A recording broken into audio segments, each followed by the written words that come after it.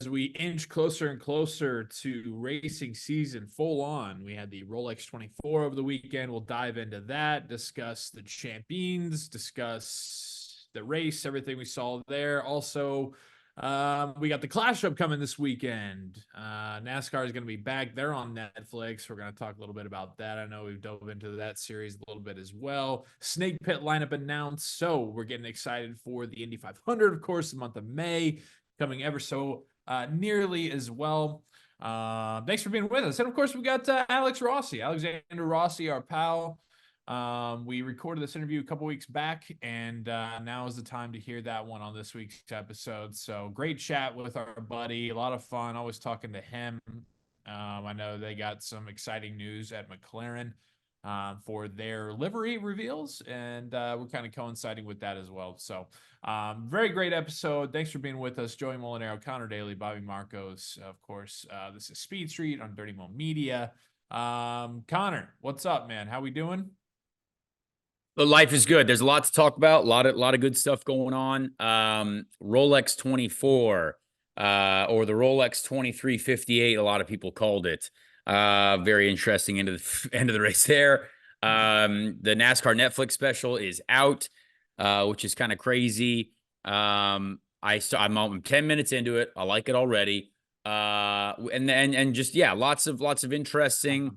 Formula E is racing, which they claim some wild TV audience numbers, which I think cannot be real. And if it is, I would love to talk to anyone who has watched the race, because I've tried to watch it and I couldn't find it.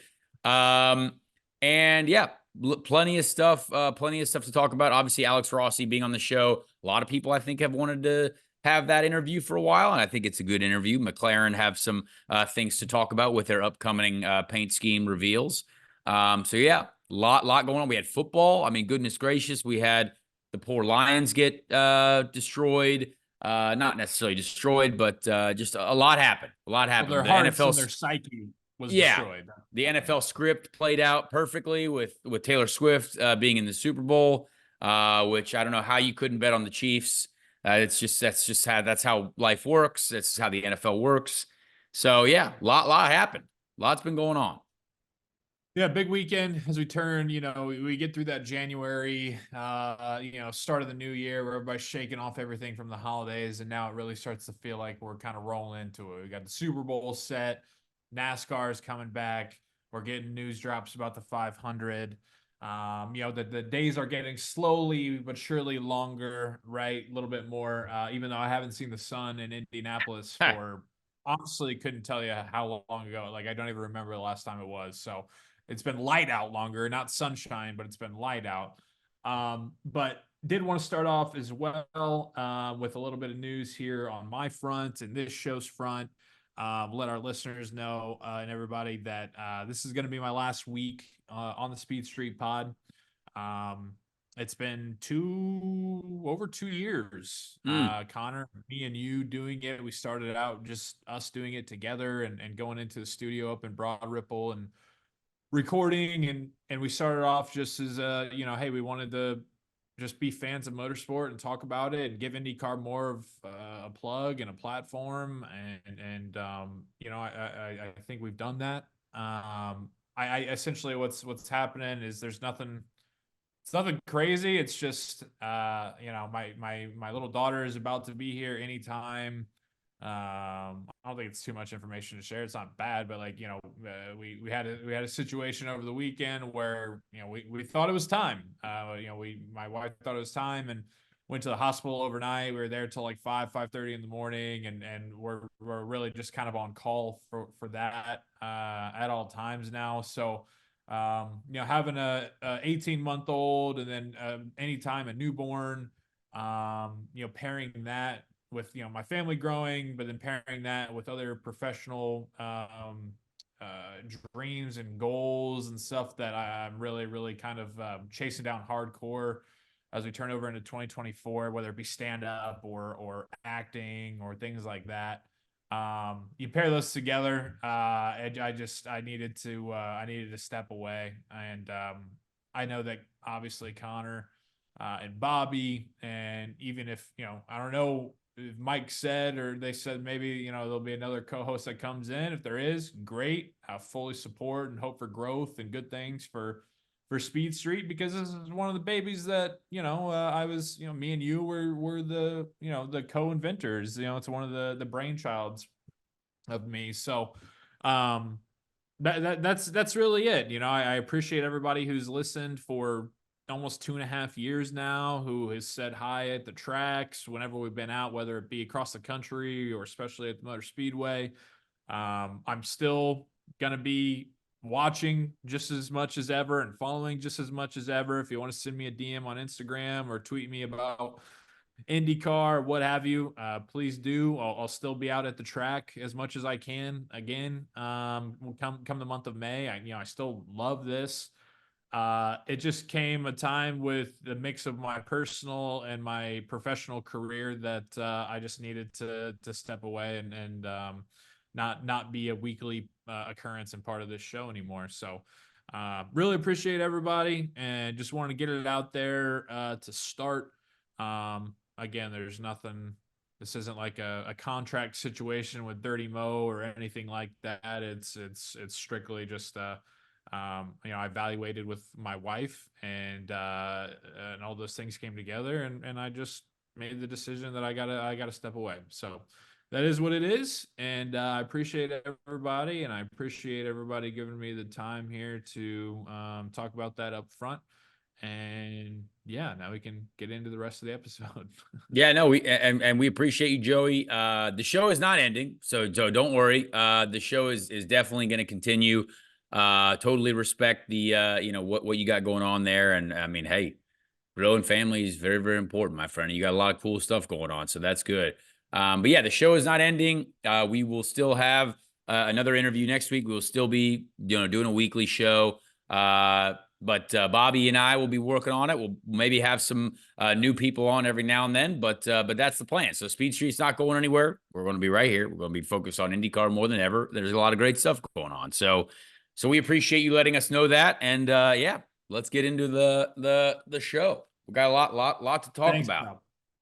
And yeah, sorry, Bobby, we kind of had a crossover here. I know you've only been on it for like a month, but I've appreciated all your work and getting to work with you for the time that I did. So thanks, pal. All right, let's talk a little bit about May, shall we? I'm looking up right now because we had the announcement right before we got on here, Connor. Yes.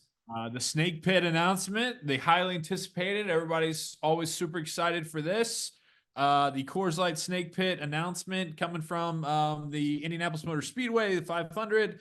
I know you're more into this kind of music than I am, so do you want to run down some of these folks? Yes. So we'll do the lineup announcement if you haven't seen it. Now, again, I don't know. Some of our listeners might be Snake Pit attendees. Some of our listeners might never ever go to the Snake Pit. But the headliner is Excision. You've got Dom Dalla, you've got Griffin, Sullivan King, and Timmy Trumpet. Now, Timmy Trumpet went very viral for playing the intro to one of the baseball games. I believe was it a Yankees game or a Mets game? There was some. He played like this. He's a big trumpet guy, but he's also a DJ. Yeah, And it was that Mets closer who would come out to the bullpen with that, and yes, everybody. Yeah, that was a big thing. Yeah, I know Timmy Trumpet. That song. If you kind of recognize that. So Timmy Trumpet popped off like crazy the last couple of years, especially with that viral moment. But honestly, this is the first year in a long time where I don't know any of these folks personally. Which is kind of weird to say, but I met Timmy Trumpet once many years ago. He was playing with a buddy of mine, Mac J, Mackenzie Johnson, who's a DJ, but way before he became what he is now. Excision, his fiance is, I believe, from Indiana. Oddly enough, I used to know her way back in the day, and so very nice people. But I haven't met Mr. Excision yet. But yeah, I think it's very cool. My little brother is a huge Griffin fan. I got my brother Christian a Griffin hat for Christmas one year. So yeah, everyone seems to be pretty pumped about it. I know IMS was very excited about it. They think it's a very strong lineup. So yeah, I love this part of the Indy 500. I really do. I think it's such a strong element to our event, especially when you see the young folk and their reaction to it. So yeah, very, very exciting. Snake Pit, get your tickets now. I will be there before the race. I promise you I will be there. So I hope to finally get all the artists to sign my helmet. I've only ever come across 4 of the 5 Snake Pit artists to sign my helmet. I hope to get all 5 or however many there are this year. So yeah, it's gonna be a cool one. It's gonna be crazy. Yeah, Timmy Trumpet has that one from the Mets closer that you talked about, and then the one that I know really well that I bet a lot of people will probably be familiar with is the Freaks featuring Savage. Yep. Yep. Yeah, that's what If you couldn't banger. tell what That's some songs those Snake were, Pit come on, stuff right there. get your mind right. Get your mind right. Well, it's like I don't, with how YouTube and podcast streaming works, it's like you Yeah. don't want to play it, even in like 5 seconds of it, because we could get docked or whatever. So Yeah. me and Connor would do our best to sing them ourselves. So Yeah, exactly. hopefully you were able to pick up. It's always very exciting. Hey, I didn't want to, on top of that, I haven't mentioned that yet, but we're getting the announcement for Snake Pit. Obviously, the announcements for the Grand Marshal, the green flag, all that doesn't come until much later, closer to the 500. What would you think about a little Jim Harbaugh comeback, huh? Little Coach Harbaugh in the building for one of those. That would be cool. I know Doug, and my stepdad Doug has a good relationship with Jim. I have a good relationship with Jim as well. Great friend of the family. Who knows? I could see Jim being somehow involved in the Indy 500. I don't know how, but I'll have to do some research on the inside of the offices. I know that he's had something to do with it. I know, and it was when we were kids. When I was a little kid, it wasn't green flag. It wasn't, but What if he drove the pace car? Yeah, I think he already did that. I think Yeah, he drove might. it Yeah, he might have done that. You're Maybe he right. could do it, but I just Bobby's our historian. Bobby, has Jim Harbaugh ever driven the pace car at the Indy 500? I don't know. We got to look that up. Yeah, I'll peel away from the from Yeah. listening to you guys and see if I can find the answer. Yeah. just because I know last year when we had Adam Driver wave the green flag, I mean, he waved the hell out of that thing. Oh And yeah. I can only imagine, this is a guy we're talking about, Jim Harbaugh, who puts on spikes and wears an actual glove to throw out the first pitch at a baseball game. So I can only imagine what he would do if he had that kind of opportunity for the Indianapolis 500. Just an idea. Don't know if he's And he's a big race fan. power that we need, but I mean, he's a big race fan too. So we know that he used to be, co-owner of Panther Racing back in the day. If people didn't know that, back in the Scott Goodyear, Thomas Schechter, Sam Hornish Jr. Days. So yeah, very, very connected to racing. Loves the Indy 500 too. Not love to see you out there, interject, Coach. I figured out he did drive the pace car in 2013.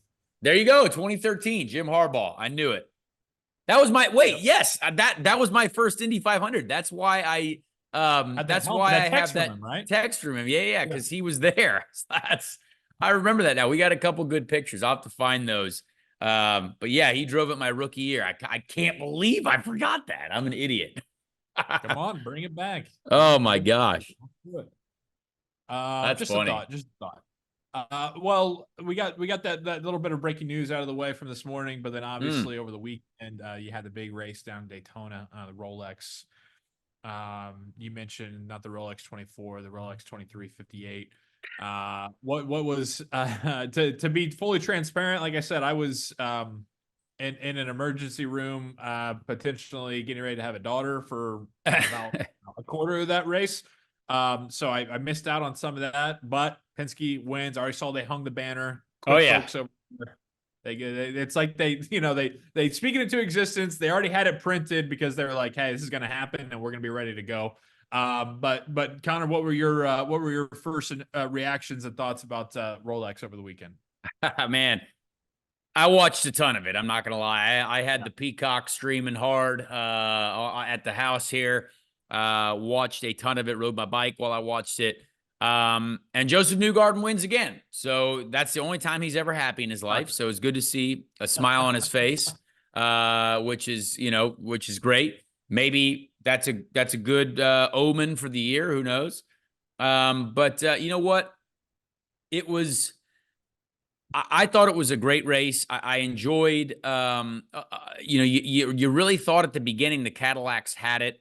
The Ganassi 01 car was very, very fast, but also the 31 car, which ended up finishing second with Tom Blomqvist in it, IndyCar driver. IndyCar drivers had a great showing, I would say. What was kind of funny, this was a very interesting thing that was pointed out to me. The Penske Porsche, obviously owned by IndyCar owner Roger Penske. The AX Racing car, the 31 car, they are actually partially owned by the NASCAR family, by NASCAR. So it was essentially IndyCar versus NASCAR, the entities at the end of the race, and IndyCar was the winner, which is great. But yeah, I think the fact that we saw the race go from Cadillacs look to dominate towards Porsches having the pace at the end, that's what makes a 24-hour race so interesting, I think. And I enjoyed that a lot. We saw an IndyCar driver win the LMP2 class as well, Christian Rasmussen, a good young driver. And there was just a lot of good stuff from the IndyCar crowd. So cool to see. Tough for our guest, Alex Rossi, today. Alex Rossi and Hinch, they had a rough 24 hours. Didn't even make it 24 hours. But it's also the worst. When they had a failure in the right front pretty early on, a couple hours in, and you fix it and you're about 28, 30 laps down, well, you got to really hope you either run perfectly to the end and some other people have some issues and you end up in the top 5 or something for some random reason. But if you do all that work and then the car breaks again at like 4 in the 5, 6 in the morning, that's a long night for essentially no reason. I've been in a situation like that before where our car broke early. We were leading early. Our car broke. I drove from like 2 a.m. to 6 a.m., 56 laps down. I made up 5 laps during the night. Didn't matter. We were still 45 laps down or whatever it was. And it didn't matter at all. But you're like, all right, well, you know, whatever. But you yourself, you were. I had a great time. Yeah, I had a great time. Right. But yeah, that's a tough part of that race. And hated it for a couple guys out early. A lot of wrecks really early on, which was kind of just the dumbest thing ever. And also some of the big controversial and sad news. Devlin DeFrancesco's dog was killed in the bus lot. The night before the race. I don't know if you saw that.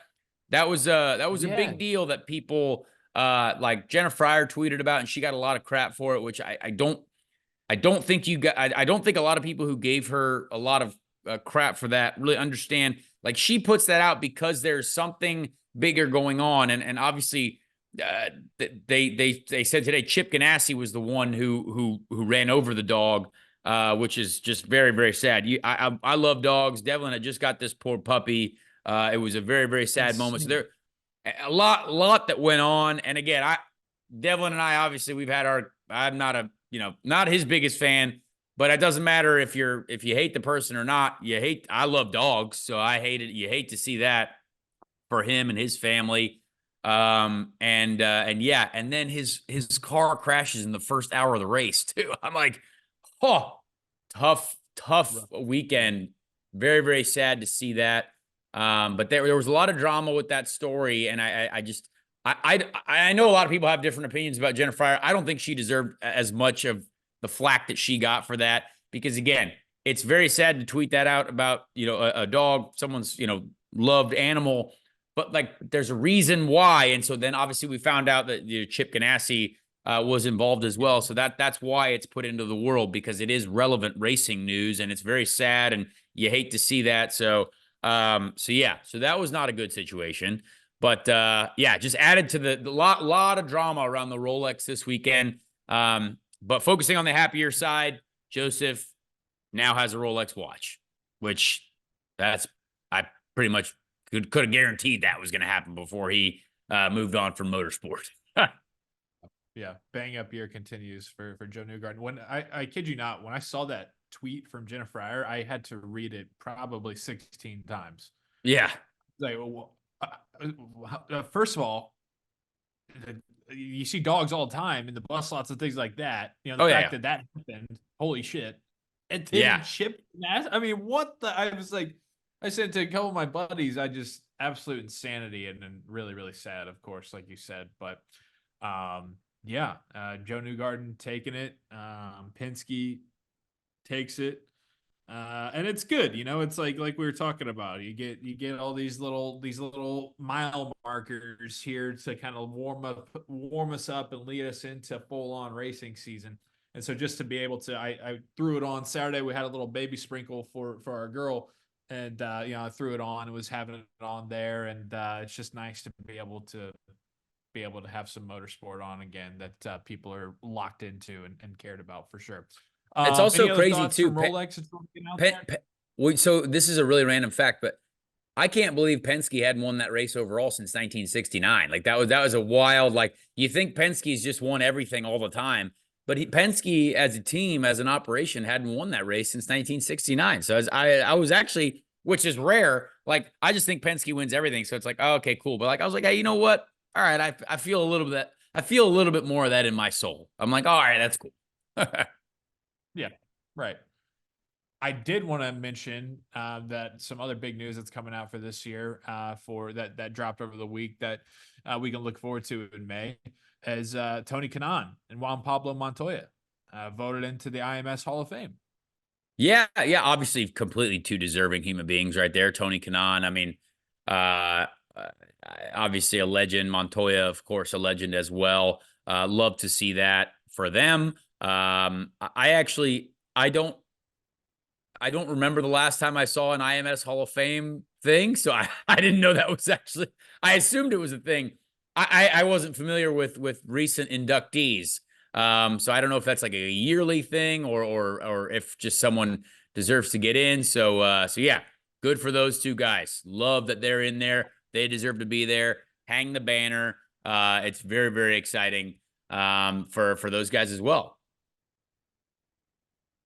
Still just doesn't feel like it's really going to be a May without, like, you just feel like Tony Yeah. Kanaan's going to be out there rolling around. You just have a feeling.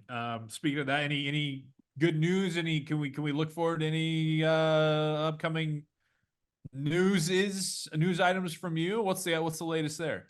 Yeah, so great question. In the overall scheme of things, it doesn't look like what I had planned on trying to do with the truck season. That's not going to work out now. We have not been able to get sponsors lined up, have not been able to get the support that I thought was coming. Has not developed. So that is a shame. But gonna try to do our best to make what we can happen. I think we will still be involved in some truck races at some point. I think we are very, very close to hopefully having an Indy 500 announcement coming soon. So let's look forward to that. I know I've said that before. Well, I actually haven't said anything about an announcement, but I do believe it's now approaching. So if you're obviously a listener to this show, you're probably familiar with that. But just excited to finally, hopefully, just get this out into the world, get it focus forward on the race. But just keep your head up, keep your eyes peeled. But from an overall standpoint, it is a bit of this is a tough time of year. I was in a bad spot mentally a couple days ago because it's hard. It's hard to see everyone racing everything, doing stuff. Yep. You grow up in an environment where we're racing all the time, and if you see all your friends, like all my friends are in racing, so like if everyone's racing and I'm not racing, well that's depressing. And we just haven't been able to get, there's been a lot of things that we have been working on that haven't played out yet. And this is part of the game. I have not lost faith in everything that we are working on. And we just have to kind of wait and see. We kind of have to keep plugging away. If things happen later than we expected them to, we just have to slot in wherever we can. And that's how it's going to go. So we'll see. But it's hard to be positive when there are so many things that have not, that like I feel like I've been honestly screwed a lot of the times when it comes to situations that I've been in. But so have many other people. So I'm excited for the future. I think over the next couple weeks, even still, there's a lot of great stuff that's going to go on. Racing Nitro Cross in Calgary this weekend. snow and ice race, which is going to be a completely fun and new experience for me back with the Dry Rhine Bowl team. So that'll be a lot of fun. Very excited to get racing on in one of those cars again. Live on Rumble, I believe on Sunday this weekend. Sunday all day we're going to be racing. One day show. But other than that, No football this weekend. Yeah, no football this weekend. So let's watch some racing, watch some motorsport. So that's kind of what's going on.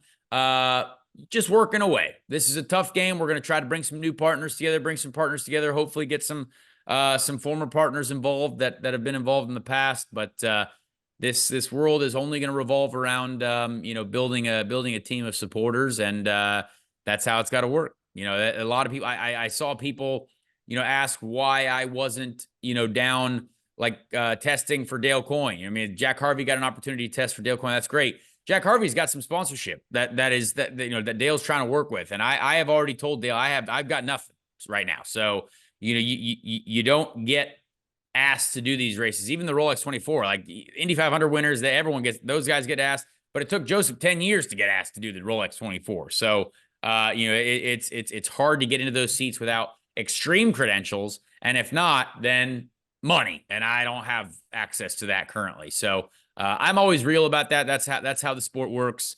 But it's okay. We're going to be fine. We got a great situation coming up, so that's kind of what's happening. Cool. Yeah, man. And also, moving on, just really quickly. Speaking of some news in motorsport, this is a random segment, but we've had a Formula E driver on here before. We've had a couple Formula E drivers on before, but they put out a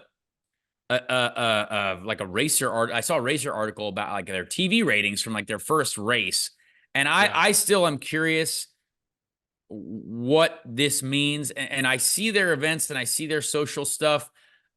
I have not seen a single Formula E race or session this year, and I've looked for them. So I don't know when or where they're on, and I follow all the drivers on social media. But they said that a tape-delayed broadcast, I believe, on like CBS or CBS Sports Network or something, they got something like 3.4 million viewers or something on television watching a Formula E race. I don't know if you saw that story, Bobby, but it was... I don't know how that's physically possible. That competes with NASCAR live races. So that seems a little, I mean, that's impossible. I am in racing and I could not find it to watch it. So I know about this. And again, I don't want to give Formula E any shade. If there are that many people watching it, I just would like to know where they are, because why can't we get at least a million of those 3.4 million people? Because I just don't understand it. So I would like to get a little bit more clarity on what that means. Maybe they add everything together, like social media clip views, because they're big clip series. Like they got great clips really randomly. And they do a good job, reporting that. And there's a lot of money behind the series. But if you're going to tell me that a CBS tape delayed race got 3.4 million viewers, I'm not gonna lie. That's impossible. That's that puts you in the top 10 of all motorsport races watched in America. So I like top 15, top 20. So if someone has any more information on that Twitter wise, feel free to tweet at me or Instagram me. I'm happy to learn. I'm just saying, I don't believe it, but I would like to learn if it's possible. Yeah, good point. Like you said, it could maybe, it's like Bill Clinton, like depends on what your definition of is. It depends on what your definition of viewers is, It's like you said, maybe it is. Maybe it is from Twitter and then Instagram Reels mixed with the TV ratings and then the tape delay. I mean, it could be that. Maybe they just have a shit ton of TVs at like a bunch of bars at random places that's playing. Yeah, who knows? Yeah, but you're that's right. a lot. It's because we're all in this kind of business of like, well, you're going to kind of inflate and kind of pump this up for certain things to really make that look better. I don't know. Yeah, educate us. Like just curious. I would love to know. Again, not throwing any shade, but I was like, I don't know a single person who watched this race, and I would love to watch the race, but I've not seen it, so I don't know. I just don't know where it is. So, and I do research. I'm a big motorsport guy. We know this. I have a program here, so I don't know. Yeah. Well, there's one thing that I'm sure did actually get a lot of documented viewers, and that is the Netflix NASCAR series that released today as we record, January 30th, Yes. or at least it will be getting a lot of viewers. You mentioned you watched the first 10 minutes or so. Is about what you expected, what we can imagine. I just think it's going to be cool. I mean, I think, NASCAR did their thing on USA Network, their show previously. And you got, when you got commercials and you got things, like, it just doesn't seem as real. Like it seems more reality TV. This seems more like a docu-series already. Like it's, hey, this is serious. We're not going to, Liberty Mutual commercial after 3 minutes of talking to someone. So I do like how it's set up. And they've got the right people. I mean, you got Dale Jr., you got Marty Smith, you got, I don't know. I guess I know a little bit more about it, and we have a little bit more access to NASCAR drivers than we would Formula One drivers. Like Formula One drivers are a bit more mysterious, I would say. Yeah, but sure. There seems to be a lot of a family element to this show, which is good because obviously most NASCAR drivers are married with kids, it seems like. So I like it. I do like it. I can't wait to watch the rest of it. Big for NASCAR. I think that's big for NASCAR. Now it wasn't front page. Like I did have to scroll down to like a new series. It wasn't like the first thing that popped up, which again, that's usually what takes your attention. But it is on that new series. It was like the first one on the new series tabs. So again, very, very cool for them. Very, very happy for them. And I'm excited to see how it plays out. I hope that, IndyCar we have another show that we can be excited about. Hopefully the second season of 100 Days to Indy. That'd be nice to get going. I did see, I sent to a pal of mine, Mark Miles came out and said that they're on the 50-yard line. Yeah. Football analogy of the TV rights deal. They had, Yeah. CW, NBC, Fox, I think Apple TV was the other one that was floated out there. Yeah, I don't know. I didn't read that article because I just didn't want to get into it yet. I'll read it when they get to the 75-yard line, the 25-yard line. You know what I mean? In the red zone, Mark. Not the 75-yard line, obviously, because I'm a football guy. But give me 75% of the way there. Get me to the red zone, and then I'll read the article. Because for me, I care so much about it. So I'm like, okay, just keep on going. If you feel good that we're at the 50-yard line, then just get us to the red zone, and then we'll see what's going on. So that's an important deal. So good for them to at least have made some progress, I guess. Huge. We'll go with that. Huge deal. Can't be stated. Big deal. We all know, but really can't be stated enough how big of a deal that is. You mentioned a little segment that you wanted to do, and I'm interested to hear this one. About creating Formula One teams. Can you explain a little bit more for us here for the layman? Well, recently, and F1 Twitter loved this, but we saw the AlphaTauri Formula One team. This is an IndyCar podcast. We like to cover a bit of motorsport. But the AlphaTauri Formula One team, obviously Daniel Ricciardo, friend of mine, friend of the show, hopefully at some point. They have been renamed to the Visa Cash App RB team. Which Visa Cash App RB Racing Bulls, they're a lot there. And I just and we've also got the Alfa Romeo team, which is like actually not Alfa Romeo, but it's like something stake F1 team. Let me look it up. I don't know. I know it's the stake F1 team, which is essentially, it's what AlphaTauri, or it's what Alfa Romeo was, but now it's the stake F1 team on Instagram. But they've shortened that up a little bit. But it's these sponsors taking over race teams, which I understand is necessary, but I do hope we don't get there overall. So now we've got the Visa Cash App by RB Racing Team. Visa Cash App RB F1 team. That's a lot. That's a lot. So mouthful. I just thought, hey, I thought of a couple ideas like right out the gate that I was like, this would be hilarious. And because honestly, if they write the check, I'll call the F1 team whatever you want. I could call it, the Toys R Us, Jimmy's Seafood Special. I don't know. It doesn't matter what it is. You just got to call it something. Yep. So I told you guys if you wanted to come up with a team name to do it, if you wanted to, I can go first if you'd like to, if you'd like me to. But I came up with a team that I thought was a team that I would definitely drive for. And I think this would be a funny program. So my F1 team that I would like to sign a contract with, this is the Arby's in parentheses. We have the meats powered by Kia F1 team. So it's the Arby's We Have the Meats powered by Kia F1 team. And we will be running a fantastic paint scheme, different meats every race. And so it's the Arby's quotes, We Have the Meats powered by Kia. That's our F1 team. I just wanted to make sure it's not Arby's, it's Arby's We Have the Meats. That's what I wanted in the team name. Yes. Well, and I think Arby's would they would want that as well. I agree. So that's their tagline, so you're not far off there. Bobby, I actually pitched Arby's I pitched Arby's for an Indy 500 sponsorship one time. So I have an Arby's IndyCar design in my phone. You got a package. Yeah, I do have a paint scheme for Arby's. I got to talk to their local leadership, and they said no. So it was a darn shame that the Arby's meat wagon never happened. The meat wagon. Oh, yeah.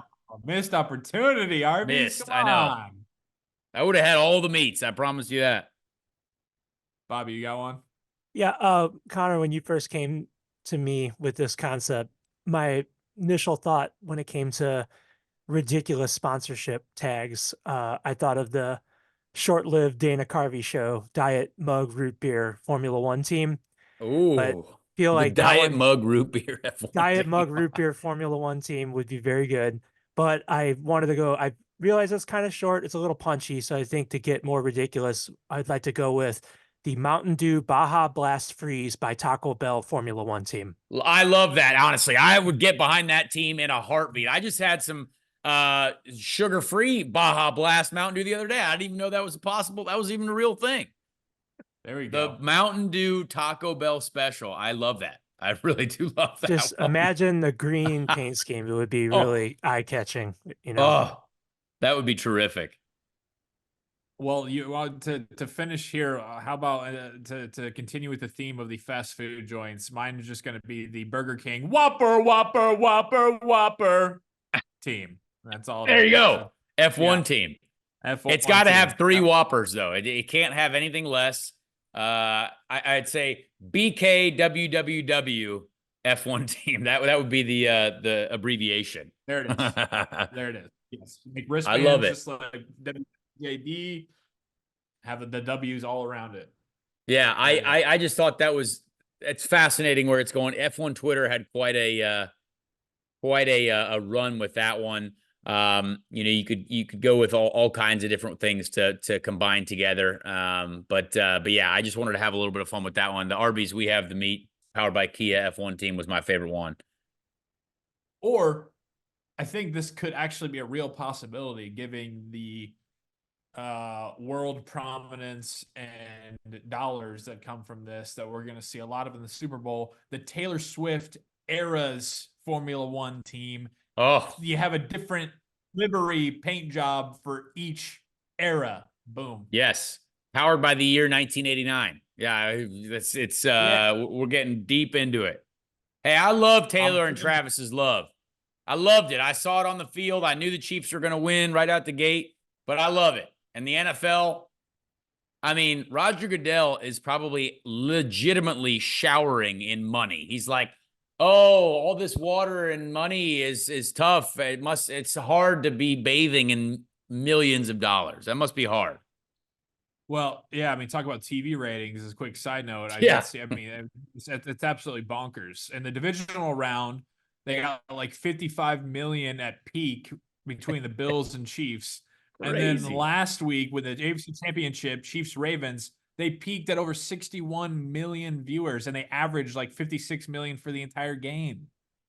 That is, I saw those numbers as well, and I saw Joe Pompliano, friend of the show, he tweeted it out there, and I was like, oh my gosh, like it's just, The NFL I mean, is power, but there are so many people who are willing to consume sport on television. So that just means that the world is right there in front of us. We just got to get it from the motorsport standpoint. We just gotta make it more attractive. Maybe we need Taylor Swift. Maybe we need someone else. I don't know. oh, we need Pato or one of those Pato, yeah. guys to date. You know, you're good looking young lad. Yeah. Go get yourself Pato's a got to pop get. star. Who does Pato need to date for us to be a truly successful racing series? I mean, top three, you could go Miley Cyrus, maybe Pato and Miley Cyrus could hang out together. Maybe who Olivia else? Rodrigo. Olivia Rodrigo, yeah, maybe Olivia Rodrigo and Pato, little fling going on there. I mean, really, probably one of the Jenner family members, like Kylie Jenner or Kendall Jenner, has to date Pato for the series to be successful. So Pato, it's on you, brother. We gotta get yourself on the program. It'd be a big height challenge there with That would be tough. That would be a tough one. But, you know, they'll figure it out. Yeah. It out. They're dating Timothy Chalamet. I mean, he's a small guy. Yeah, sure. Yeah. All right, man. Well, you want to, without further ado, get into our combo with Alexander Rossi? Yeah, let's get into it. Friend of the show, Alexander Rossi. Well, ladies and gentlemen, this week we have a very highly sought after guest, an American man who has many achievements in his life, a man who really considers me living on his couch as possibly the worst time of his existence. But he also is a one-time reality television show competitor, along with a man who has consumed milk at the Indianapolis Motor Speedway and a now married man. So Alexander Rossi, thank you for being here. There's been many, many requests to have you on the show. Let's not talk about the details of when and why we are here now. But thank you. Thank you for being here. My pleasure, man. I love helping out a competing IndyCar podcast. Well, see, here's the thing. I was on your show. Your show is doing a lot for our sport, right? This is a team effort. However, I also feel like the most of the people that listen to your show are also the people that listen to my show. You're so absolutely I was like, right. I don't want to like double down. I feel like what they're hearing from you here might be the same, but we're gonna try to be a little bit different. We've got some exciting. We got like some plugs to talk about. This is the first time in the history of this show that I have had a motor racing team reach out to me and Joey and ask if their driver could be on the show. So I think we've made progress in the Speed Street program here. This feels really good. That's amazing. This feels great. So Alex, congrats. Let's talk. Thank you. You know what? We're gonna hang the banner. Hang the banner. We haven't gotten to that point. The same team that you're talking about requested that their drivers come on my show, which was weird considering I was interviewing my teammates. But Pato still has never responded to my texts or DMs. So that makes sense. That makes sense. But when Felix was there, he was on the show. Felix was on the program. David Malukas on the program. So now we just need Pato, and then we complete the Aero McLaren spectrum. Tony Kanaan as well. He's now chief wizard of that operation over there. Chief that elderly is his exact man. Title. Yeah, chief wizard. Yep. So let's talk first about a little bit of motorsport.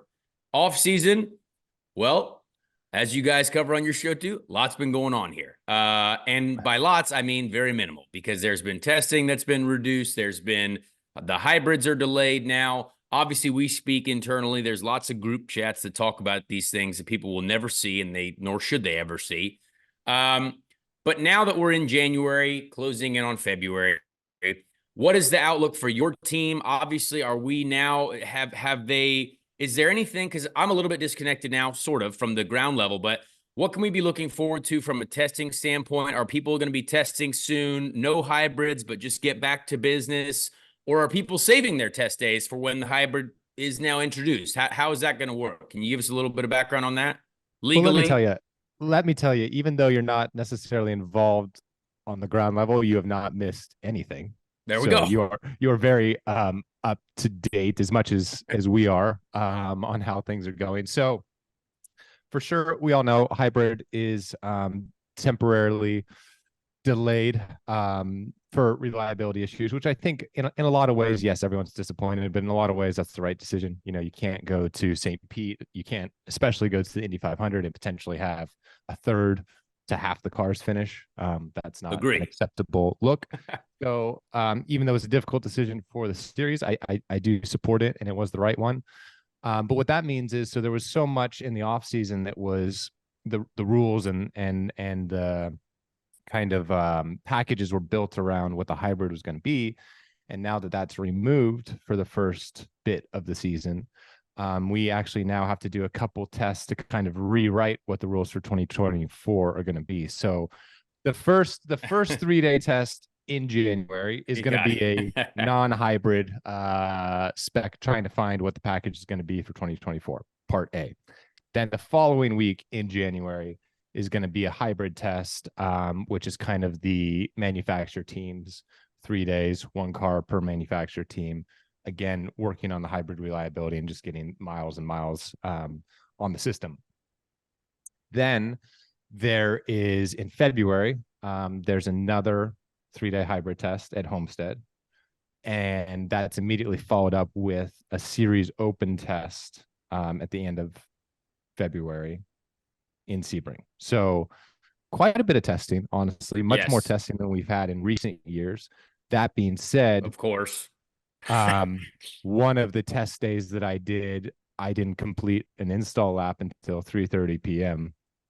And the track went green at 9. So yes, while we're at the track, it doesn't necessarily mean we're learning a whole lot. But I do think there's been a lot of progress, especially in the past 5 or 6 weeks on the development of hybrid, and that outlook's looking for. Well, that's dogs. Good. Hey, that's all right. We love dogs. So quickly, Joey, before I let you jump in here, I want to talk just a slight more about the technical side.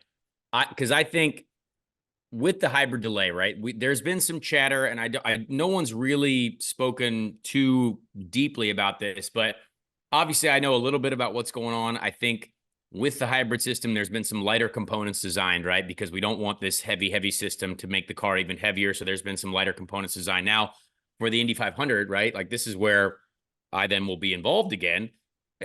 Have you heard or seen, and I don't want to make rules on this show. We don't make rules on this show, but have you also heard there may be a potential for running the car lighter at the Indianapolis Motor Speedway and maybe faster, and like, hey, maybe we flirt with that track record, right? Because it seems from an entertainment standpoint, that would be awesome, right? Like, hey, we've got all these lighter things designed. It could change the balance of the car, obviously the weight distribution and stuff like that, but lighter is faster. Now, have you heard the same thing? Is that something that is exciting as well? As of today, we are going to be flirting with track records kind of everywhere we go up until, the switch over, the crossover at some point in 2024. So yes, I think that includes Indy 500. I think we've seen, as we've all talked about, some of the fastest fields in the past 2 years. It's beat itself in 22 and 23 in terms of the fastest fields in Indy 500 history. And I think not only are we going to see that again, but as you said, yes, I mean, we're going to be getting very close to that 90. What year was it? 96? 94? 6? No, is it 6? Bobby, you're a historian. You know the track record. I think it's 96. The 1990s track record 96. that everyone talks We're big about. 90s guys. Right, yeah, exactly. Ari Leindyke, obviously. Yes, we all know what a legend. But yeah, I mean, that's going to be awesome for 96. us. Yeah, it's definitely 96. That's going to be amazing for the fans. I agree. So as we've heard, so far ticket sales this year for the 500 are on an awesome trajectory. So everyone that's bought their tickets is going to be in for a hell of a treat, and those that haven't bought their tickets, don't miss out, because it's going to be fast as heck. Alex, good to talk to you again. I know you're super psyched to be here as always. Yeah, it's fine to talk to you. Congrats on the nuptials. That's very, very exciting. Very, very happy for you. I got to know, because all the talk has been about, you going to St. Elmo's with the higher ups of the series, and, being a part of these powerful conversations. One, do you feel right being there, or is it still weird to you that you're like, whoa, what the hell? Like, it's weird sitting at this table with, you know, the Miles, the Penske's of the world, etc. And two, can we get a little bit more insight on kind of what, you know, the five power figures, the families, the five families of IndyCar are talking about for the growth of the series? Here's the thing, Joey. You know, whether I like it or not, or I guess whether people like it or not, I have an opinion. And then whether I like it or not, people then either listen to that opinion and agree with it or they disagree with it. But regardless, I have a voice.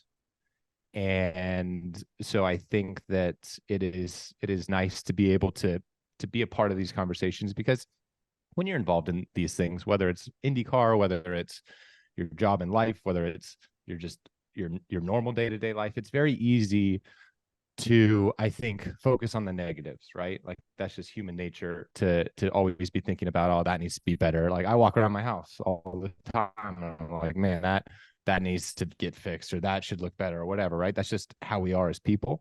And I think that definitely exists in the close circle of IndyCar, because we all care about this sport so much that when there's these little things, we focus on those negatives and we don't necessarily take a step back and look at the overarching picture of where the series has come from and where it's going. We focus on the finite things that we deem as not good enough, if you will. So it's nice sometimes to get a little bit of a reality check, let's call it, from those in charge, because we can't talk to them on a daily basis, right? And they don't have time to talk to us on a daily basis. But ultimately, what was very encouraging was the majority of the points that we brought up as concerns, as issues, as whatever, they were addressed, they were acknowledged, and there was a maybe not immediate resolution, but an acknowledgement that a resolution was coming in the future. So that was very encouraging. You know, nothing happens overnight. And I think that the people in charge of the series are aware of the areas that it needs to improve. Do they agree on the priority order of events that we as drivers or teams think that is most important to fix first? Maybe not. But are there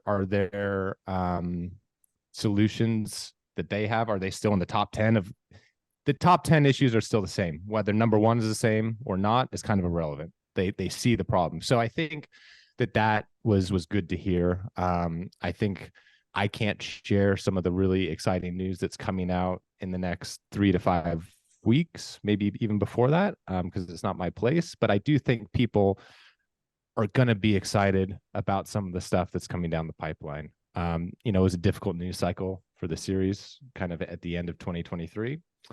And I think there's going to be some positive stuff that really kicks off 2024 in a good way. Does the new TV deal come as a part of that? Does a new TV deal come? A new TV deal was discussed at dinner. What the exact bullet points of that are were not shared with us, so I can't give you an excitement level on that. Got it. So the funny thing about, like you mentioned, a lot of us say these things to build the series because like this is our job, right? Like this is what puts the food on it. But like we also care about it. Like we, both of us, have spent our entire existences trying to be professional athletes in the motorsport scene, right? So I think a lot of when we see negativity online, that's just people throwing insults at IndyCar. That's okay for them to do because it's, you know, hey, you're a fan of our sport. You guys can say whatever. But like for us, we hear that, like we see that. A lot of us agree, but like we don't just shout, hey, negativity at the series. Like we're like, hey guys, how do we fix this? Because like it's a team effort to build this sport together, right? Like we don't want to just be like, hey, you guys are idiots. Because that doesn't do anything, right? Like we're all like both you and I, and we all sit down in these meetings with these people. I don't ever get invited to these meetings, but we have a meeting in January, December, whatever it is.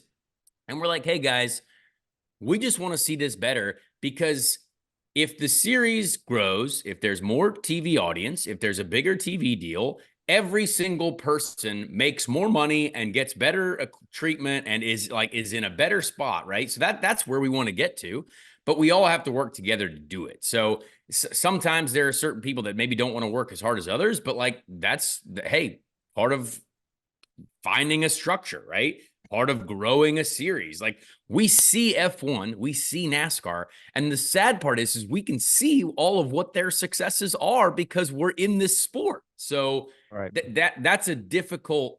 It's just difficult to like. Everyone wants what they can't have right immediately, right? You're like, oh, I would give that to me. That would be great, but that's hard. It takes time. NASCAR didn't just become successful overnight. Formula One didn't just they sort of became successful overnight, yeah. but like but now how do they sustain that, right? Like the biggest thing for F1 is how are they going to sustain it? Do you think they're going to sustain it? I don't know. I'm not sure. I do. Yeah, I agree. Yeah. I think unfortunately, but yes, I think they will. Yeah. And you hit the nail on the head, man. Like it's so easy to type these things on the internet and to have a negative opinion. But if you have that negative opinion, maybe follow it up by like, here's an idea that I think might better everyone. For sure. Like, don't just be like, oh, you guys are all idiots. It's like, well, that's the easiest thing you could ever say from your couch. I could say the same thing to you. But the other thing that frustrates me is like when I talk positively about things, people are like, oh, well, Penske got to him. And it's like, no, I think I've over the past big Penske out here got to him. My past 9 years in the series, I've kind of proven that I will say what I believe is reality. So if I'm telling you that things are actually, there's good things happening behind the scenes, like I'm pretty confident in it. So anyways, I feel good about where we're going. I feel very excited about the start of the year. Like I think the cars are going to be awesome. They're going to be, if things keep going as they are today, obviously we're still 2 months out from St. Pete, but I mean, we're going to be several tens of pounds lighter than we have been in the past, which is pretty cool. It'll be the first time, I think, in my IndyCar history where from 1 year to the next, the car's actually gotten lighter, which is pretty neat. Astounding. Yeah. Joey, go ahead. Yeah. Did Big Raj at least pick up the tab at the dinner, or whose bill was that to pay? No, it actually came out of Connor's allowance via Doug. So. Wow. I don't get an allowance. First of all, that's one thing. The biggest thing on the internet that I see that people always say is like, wow, you're only there because of Doug. I'm like, well, shoot, I've never been given anything via Doug. I mean, we got Christmas is fun, but goodness gracious, these idiots are like, oh, yeah. And honestly, those people will never listen to this show anyway. Sure. But yeah, there you go. No, yes. Mr. Gibson paid for dinner, which was great. There you go. Perfect. Alex, we are here. First of all, I want to get this plug in. This is a big plug time on this show, right? We're trying to plug some things for the Mclaren IndyCar team. Great communication with those folks. Aero McLaren IndyCar, whatever it is. Zach Brown, great man. What's coming here for the McLaren team? There's obviously some exciting livery announcements, paint schemes, whatever you want to call them. Can you tell us a little bit about when that's happening? What's going on there? Well, you know, as we are Aero McLaren, the association with the F1 team continues to get closer and stronger, kind of on a monthly basis. They felt, and we as a team believe it's important to have a livery unveil. Unfortunately, it's not like F1 where we have a new car unveil. Maybe one day in the future, fingers crossed, when we're still breathing, there will be a new car unveil for all of us. But yes, it's pretty cool to get people pumped up about our brand, the team, the partners that are coming on board, some new, some carrying over from the past couple of years. So February 6th to 8th will be kind of across all social channels. Each day there will be a new car that gets unveiled, starting with your boys, so mine, and ending with Pados. It would have been really cool if it was February 5th, 6th, 7th, because it's cars 5, 6, numbers. 6, yeah. That is not the case. It is 6, 7, 8. And according to Pato, he goes last because if he went first, no one else would be interested. which Okay. was He is quite the most which famous was one of you all. quite Yeah. an insult to He is the to most me. famous one of you all. Yes. He is a big deal. I Big mean, deal. every racetrack we go to, the legion of fans that follow him is very impressive. We but would no, like to have him on the show. So if you see him in passing, you know please what? tell him You know that we what? would like to have him on the Speed Street He owes podcast. me a couple favors, so There you go. I will pull some strings and get him on Speed Street for you guys. I knew Pato when he was like a child, so I do So hope that you know him he remembers currently. that. Well, that's a good point. That's a good. We Wait. were under the same go-kart tent at one point, and he was just a little whippersnapper. So Yeah, we've yeah. also raced pretty aggressively at the Indianapolis Motor Speedway together. Of course. So, but here we are. You know what I mean? Alex, Well, we love that. Hold on. How did that go down with Pato? Did his reps say that, or did he just flop his dong out there and say, "You guys aren't as important as me. I'm going last"? No, that's what he said. Nice. but no, it's not. It's based on fact. Like It's number one merch sales, number one So- social media following. Like he Yeah. is the guy. Like Pato TV. We got let's be Pato honest. TV. We got I get Pato it. merch. Yeah. I get it. And if I was that, I would make sure everyone knew that as well. So like, Oh. hey, no disrespect. So that's cool. And then as part of that, I'm gonna be at Monster Jam, driving a monster truck. What? It's part of promoting our livery unveils. So that's pretty awesome. Are you Hang on a second. Of all the things I thought I would hear in my life today, this is very at the bottom of the list. There is no shot that I thought Alexander Rossi. I'm sorry. Yep. Please explain. Yes. Well, I'm going to Lucas Oil Stadium to Monster Jam for the weekend, and I'll be driving a monster truck. What is this? When is this? February 2nd, 3rd, 4th, I believe. Oh, this episode has to come out before then because that is the greatest. Is it going to be painted up like your race car? I don't know. Do we know? I don't know. Or is it like Superman, the Hulk? Are we a Marvel Universe I don't know. character? I don't know. Okay. I haven't Isn't seen it all all the details yet. dangerous? They were just like, "Are you in?" I was like, "Hell yeah, brother." I want This my is- intro song to be "Higher" by Creed. Absolutely. As Right? anyone would, of Yes. course. And I'm very excited. Is this gonna That's- bring out like a new cosplay of Alex Rossi? Like you're gonna like have a fake mullet and like an I don't American know. flag bandana? I know a guy to go to for mullet advice. Wow, it's certainly not me, but it could be many people who listen to Creed and Nickelback regularly, which is me. So Right. I don't know about that. That's honestly, that's one of the greatest things that I think IndyCar. I hope they promote, right? Like, let's co-promote this. I Yes, hope that sure. that's a very exciting thing.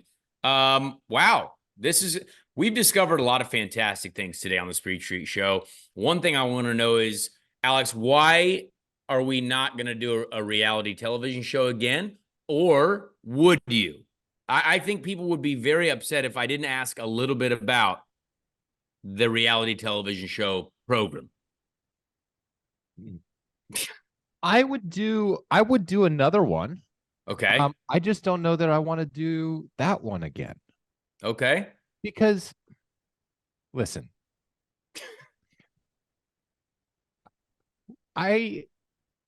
maybe you've done a better job of forgetting the bad than I No, have. yes, I'm a big like focus on the positive guy. Right. Are you? Sometimes I like mean, I like I don't well, know I've- I don't know that that's necessarily your ethos. well, but, I like, sometimes falsely like ignore the reality, and sometimes Amy is like, hey, like we can also be like just focusing on what's going on right here. And I'm like, yes, no, I know. I gotta like stop painting this false positive Right. picture. So I don't know. I loved the racing element, the competition element of that show. It was really cool once you ripped open your envelope and you were on the hunt, right? Like I did enjoy that. I did not enjoy the bits in between, man. Like I don't know if I could do it again. Like it was it was horrible. Yeah. It was bad. I understand, but let's Okay. give us a favorite moment of the television show, because the funniest thing is I got a tweet just yesterday about someone saying, just found the amazing race, can't wait to watch it, that Alex and Connor are on. So like we have done that show almost 6-7 years ago, which is absurd to think about. but people are still consuming it. People are still being exposed to it, which is When wild. TV shows are on streaming platforms, is pretty cool. Who would have thought? Yeah. Um, my favorite part of the show, Yes. I really enjoyed. Other than getting home. No, I really enjoyed.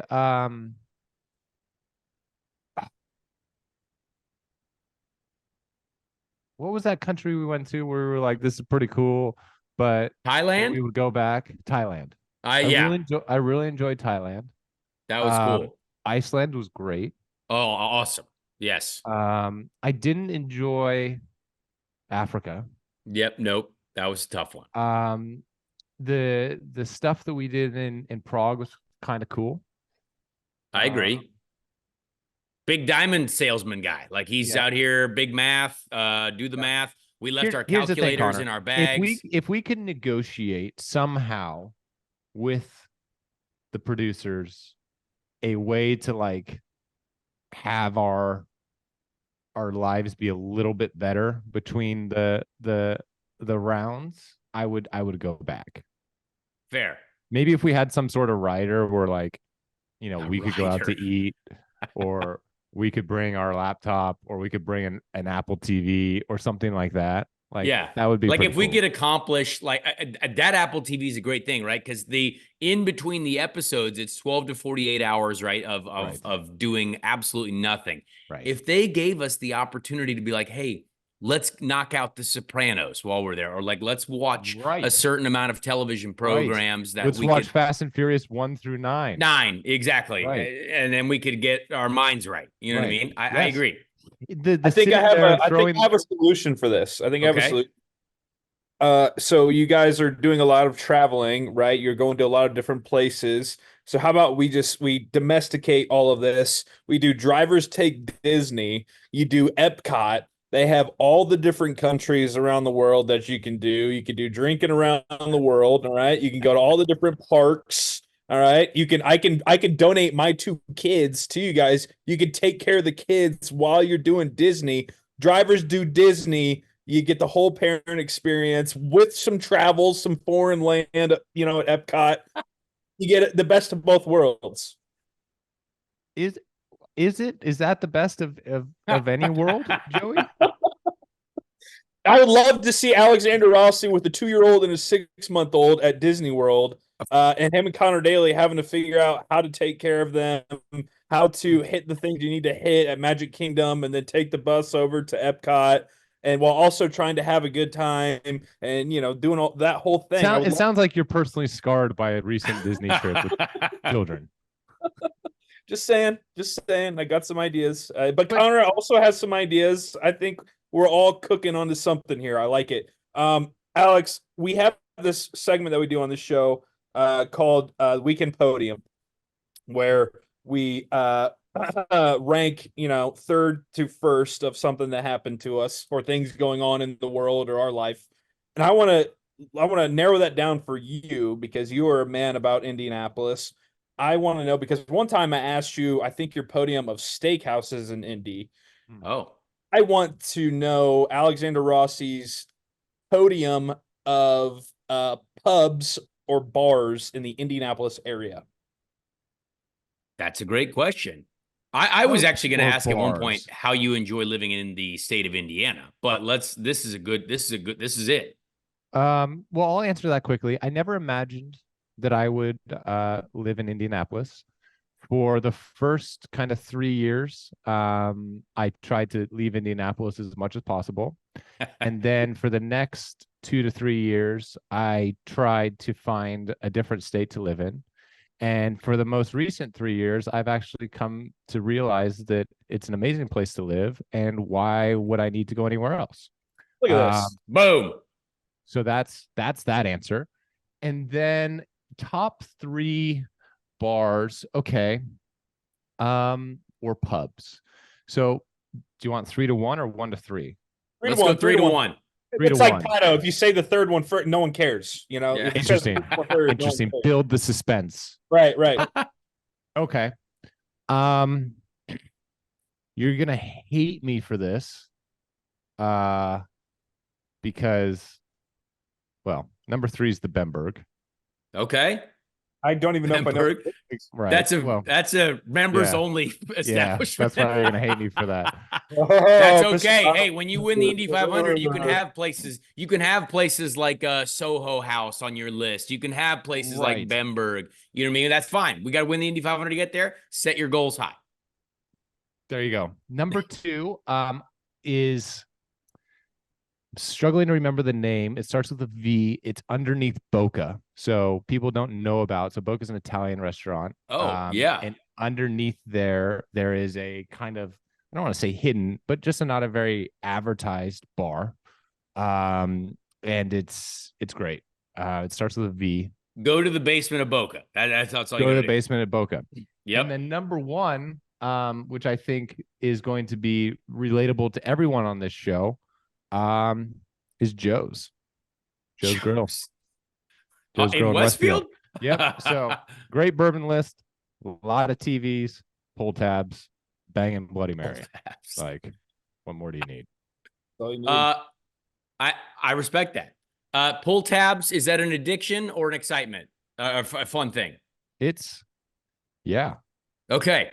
I don't want to say it's an addiction, but like, I mean, if I don't win on my first $100, I'm definitely going to put more money in. So I like that. Man, yeah. As if I didn't think that the Bimberg could be as insufferable already. I look up the Bimberg, seeking membership. It says, fancy joining the Bimberg? Then it asks for your moniker, in parentheses, name. Okay.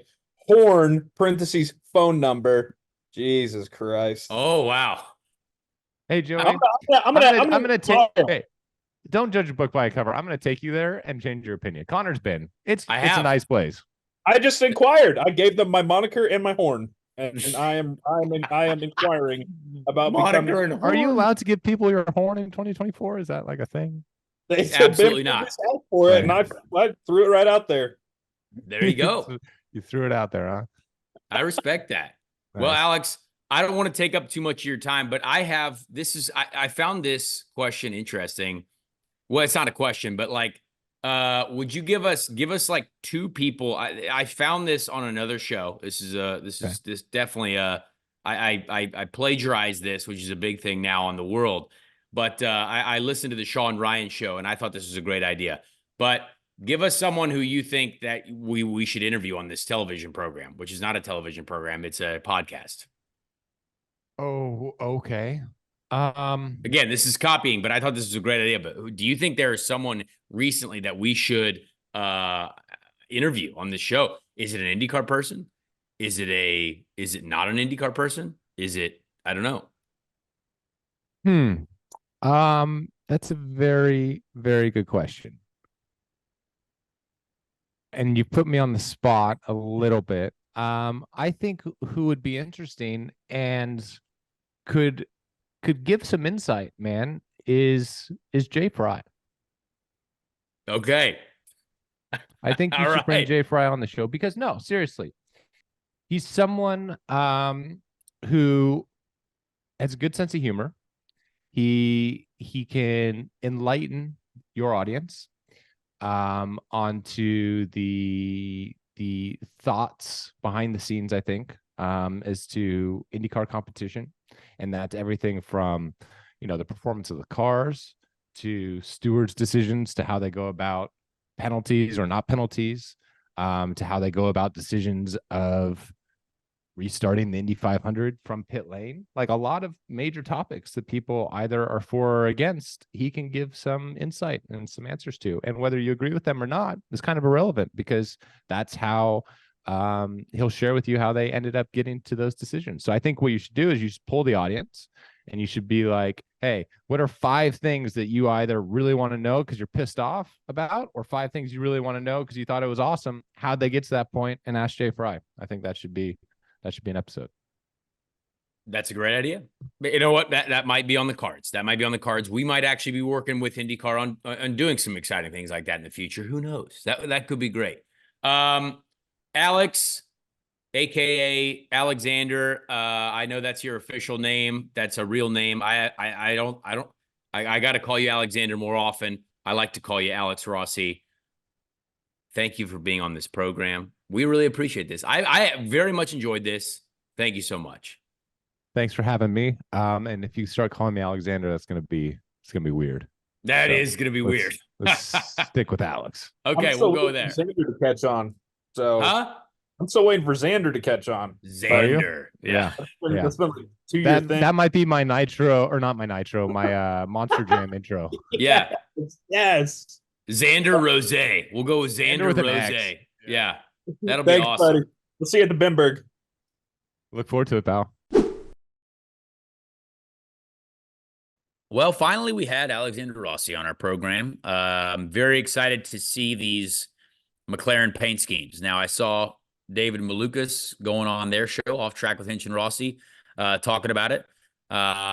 So we're, giving them some publicity. We're getting it going. McLaren wanted to get this going, feeling good about it. So Alexander Rossi, we appreciate him being on the show. Great to chat with him. Just a lot going on. He's got a great mind, very smart brain, and he cares about the series, cares about what he's doing. So we love that. And quick update on him with the Bimberg talk. I looked into it. I sent my name and everything to them. I then got an email back saying Your more nomenclature? details about becoming a member. Yeah, whatever that was. Sent it. Got an email back about here's more details about how to join. Sent it to him with a little eyeball emoji. No response. So. Well, he's been busy. I think Alex Rossi has honestly been in Florida for like 3 weeks straight because he had the 3-day Homestead test straight to the Rolex. He had the Roar before that, and now he's in Homestead again testing the IndyCar, or Sebring testing the hybrid IndyCar. So there's a lot going on down there in Alexander Rossi land. Yeah, no, for sure. But love talking to him. With this being my last one, I was super happy to be able to be on for Alexander Rossi because I think he's just like you said, engaging guy, fun, and great for the series. So appreciate their number 7 for stopping by with us, as my cat won't leave my computer alone. So I apologize. All right, man, good deal. Well, do you want to? We were promoting. He's going to be racing this week. Not racing, but he's going to be performing this weekend, right? Lucas Oil. Something, yeah. Monster trucks are in town. I don't know much about it. I know that he promised to get me tickets for my cousin, and I just texted him again about it because I haven't heard back from him since then. So we'll see. But monster trucks. Apparently Alexander Rossi is going to drive a monster truck. So let us know if you see him do this, and please take photographs and send it to the Speed Street Podcast social handles. So yeah, very exciting. For sure. Absolutely. All right, man. Drop it on me. Let's hear a Ricky Treadway random Indy 500 driver. The greatest event of its kind has never been run off.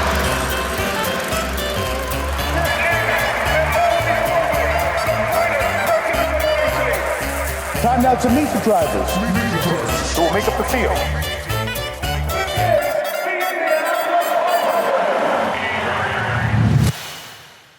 Great theme music. Indy 500, Ricky Treadway, random Indy 500 driver of the week. It was funny. This normally I get to the IMS website. They have like a historical section, but for some reason about the 1950, I went with the 1950 Indianapolis 500. This page on their website didn't work, or it was being updated or something. So I'm on the results page for Wikipedia. But this is Johnny Parsons won the 1950 Indy 500.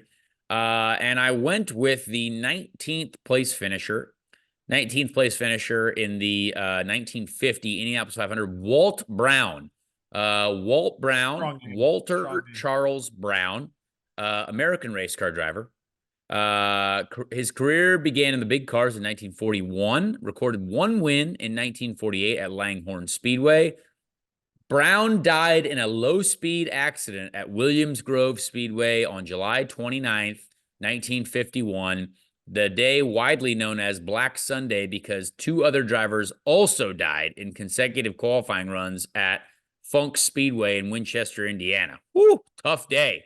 In 1951.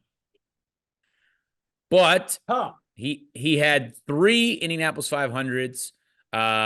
His best finish was 7th, 1947, finished 7th. So top 10, top 10. And he raced 1947, 1950, and 1951 before passing away in a racing car. So tough to know.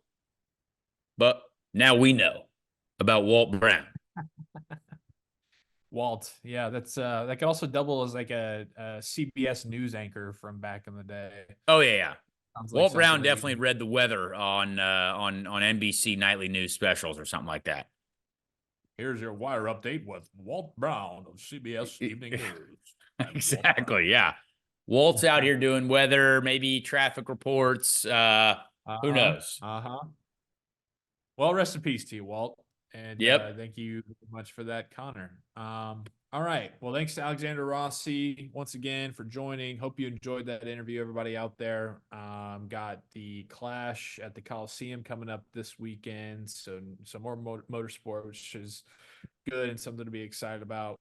Connor racing on Sunday as well. So hop over from Rumble to that. Got that all day. And again, just appreciate everybody for the last 2.5 years for following and tuning in and allowing this new race fan to hop into the motorsport world and to listen to me chat with Connor and interview these drivers. It's really been super cool and memorable to be able to talk with Jimmy Johnsons and Joseph Newgardens and Scotty Max and all the people that we've had. I mean, we've had a ton of folks on and just be able to do this with yourself, fellow, Indy boy. And that was kind of the appeal part of this that we talked about. So thank you everybody for the last 2.5 years or 2 years or so. Connor and Bobby will still be here, like they said, so don't go anywhere. They're going to be doing it, but it'll just be without me. But again, I hope to hear and see everybody out at the track and at different races, and I look forward to saying hi and enjoying racing season together for 2024 and beyond. So again, appreciate it. Thanks. Love it. Thank you, Joey, and appreciate all the work and all the effort and all the pumping out of the show. And I will say it since you will not be there next week, but we'll see you next week on Speed Street. Gonna have a great show, a great interview with Jacob Abel, young Indy NXT driver. Very excited about that one. I think you guys will enjoy it as well. So we'll see you next week.